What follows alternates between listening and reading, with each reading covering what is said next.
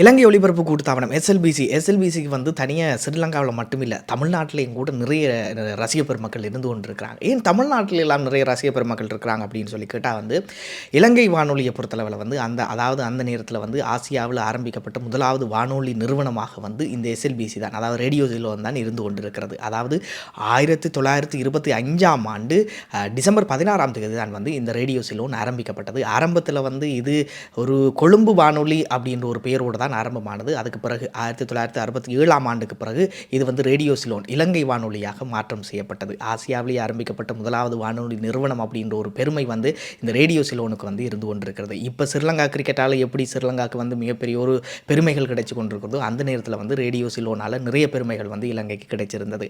அதன் அடிப்படையில் தான் வந்து ரேடியோ சிலோனுக்கு இப்போ வரை மிகப்பெரிய ஒரு ரசிகர் பட்டாலும் இருந்து கொண்டிருக்கிறாங்க. அதை விட வந்து இந்த ரேடியோ சிலோனில் ஒளிபரப்பப்பட்ட கலாச்சார ரீதியான பண்பாட்டு ரீதியான பல்வேறுபட்ட நிகழ்ச்சிகள் மூலமாக வந்து பல்வேறுபட்ட ரசிக பெருமக்கள் இதுக்கு இப்போவும் இருந்து கொண்டிருக்கிறாங்க. பல கலைஞர்களை உருவாக்கிய பெருமையும் வந்து இந்த தாய் வீடான ரேடியோ சிலோனுக்கு இருந்து கொண்டு தான் இருக்க செய்யுது. இப்போ பல்வேறுபட்ட தனியார் வானொலி நிறுவனங்கள் உருவானாலும் அதுகளுக்கு எல்லாவற்றிற்கும் ஒரு ஆரம்ப கர்த்தாவாக இருக்கக்கூடியது இந்த ரேடியோ சிலோன் தான். அப்படியாக 100 வருடங்களை தாண்டக்கூடிய இந்த ரேடியோ சிலோனுக்கு வந்து ஒரு சாதாரண ஒரு வானொலி அறிவிப்பாளனாக இருக்கக்கூடிய நான், என் சார்ந்த, உங்கள் சார்ந்த, எல்லோர் சார்ந்த அன்பான வாழ்த்துக்களை நாங்களும் தெரிவித்துக் கொள்கிறோம். மே ஸ்ரீலங்கா குவான் விதிலி சாஸ்தாவாய்